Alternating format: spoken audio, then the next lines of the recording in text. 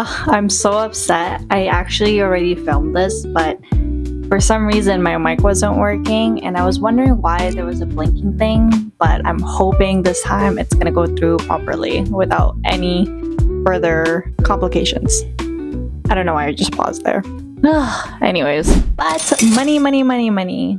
Whoever says that money doesn't buy happiness is wrong. I definitely think money buys you comfort, which equals to happiness.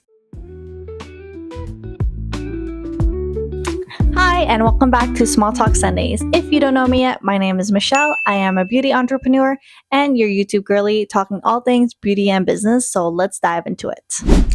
And today we're going to talk about something a little bit more crucial in the beauty entrepreneur world, or if you're starting a small business, I think this channel will help you a little bit more about managing your finances. So if you're looking to improve your financial management or just starting out a new business and you don't know where to start, I think this video is for you. And I hope these tips and tricks will help your business be on track.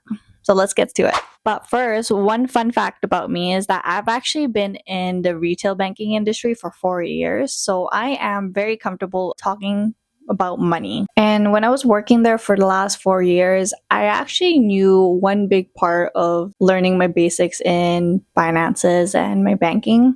But what I didn't know, because I was opening business accounts too as well, I didn't really understand what running a business really meant. And within the last 4 years of working there, I was learning a lot more on one side. I knew how to open a business account, but I didn't know what it meant to start a business until I did it 3 years ago during COVID. And knowing a little bit more in the financial background, I'm able to help you manage your finances on a basic level. So first thing first is understanding your costs.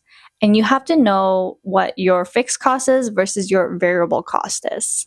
And I want to break it down what fixed cost is. So fixed cost is basically like your utilities, your phone bills, your rent, your Wi-Fi, anything that is set in stone on a monthly basis. And it could also be on a yearly basis as well. And the only thing that can change maybe in those months is like maybe you've upgraded your phone and you have to pay more, but it's still pretty steady on a monthly basis. And on the other hand, it's your variable cost. So this one fluctuates a lot more and it goes up and down. So this can include your supplies and your marketing ads. But knowing these costs, especially when you're starting out in the beginning, I think it really helps you understand the realistic financial goals of where you're going to be headed in the next month or next half a year or even a couple years down the road. But there's also semi-variable costs, which is like a mix of both, but I'm not going to get into that because I just want to focus on these two for now. And I want to use my example with my lash business. So my lash business has a fixed cost and a variable cost. So again, my fixed cost is going to be the rent that I pay at the studio, the Wi-Fi, the hydro bill, my phone bills, anything that is monthly related again, that really helps me run the business on a day-to-day basis. And another fixed cost could be also on a yearly basis, which is, I think on top of my head, it's probably my business license. And then I have my variable cost. So my variable cost includes my supplies. So for me, it fluctuates a lot, just depends on like what my slow seasons are, what my busy seasons are. When it comes down to my slow seasons, I tend to save up a little bit more on my expenses there, but I try to order in bulk because usually half the year for these supplies, they usually go on discount or they have their birthday monthly discount, whatever it is. And then also at the end of the year, just because the end of the year, it's Christmas. So they like to do a lot of promotions and discounts for people like me who are trying to buy it from overseas. And then there's also my marketing ads. So marketing ads, I don't really put too much into it, but I try my best. But that also includes like my Facebook ads or even my Instagram boost I really use a lot. I don't really use, Google, just because it hasn't really helped me down the road. And I think you have to pay a lot more money into it. So I really focus on my marketing through my referrals. And then number 2, it's creating a budget. I think a budget really means that you want to keep your finances in check. So you want to really start off with your income and your expenses, which I'll talk about a little bit later, and then comparing the two and trying to make adjustments here and there while you're running your business. I think a really good budget will really help you stop overspending and you don't need to buy the things that you don't need. But all in all, you want to make sure you're covering your essential costs. So for my example, I've been in the lash industry for 3 years and I've been running the studio with my partner for 2 years. And the first time for me doing my studio really determined if I was going to make it or not. So I created an estimated budget plan for myself in the first year just because I knew that I can lease it for a year, and if it didn't work out, I didn't have to go through with it, or I can just push for another year if it's doing pretty decently. Of course, I'm still running it, so I'm happy I'm able to proceed. But one thing I want to add though about budgeting is that you want to take account on your personal expenses and your personal income if you are doing this as a part-time thing. Just because you want to budget for yourself, because you gotta eat, right? And then number 3, which is setting financial goals. So this could be monthly, quarterly, or even yearly targets. And I think what setting financial goal is actually having a specific number that you want to go to. So I'm going to give you an example. If your monthly goal is going to be $1,000 a month that you want to generate into your business, you want to see if you need to get more clients so that increases your income, or if you need to reduce your expenses because you want to save up a little bit more down the road for new equipment or even taking a new course. And I think having these goals will give you something to strive for and help you measure your business's financial health.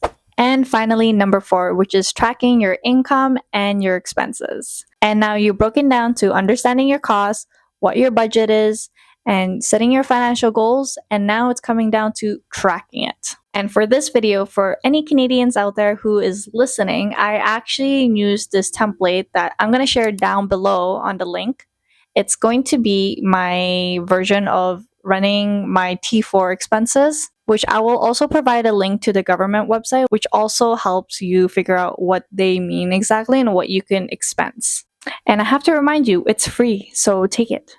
Every time I give out free stuff in my business, like nobody really wants to take it just because nobody wants to kind of read, or I don't know, like wouldn't you want freebies? Because I love freebies. But it is crucial to track your income and your expenses maliciously, and I mean almost every day as much as you can, or on a monthly basis. You can always use an accounting software or hire a bookkeeper, but if you're me and you do not want to do any of those for some reason, I use a bank credit card.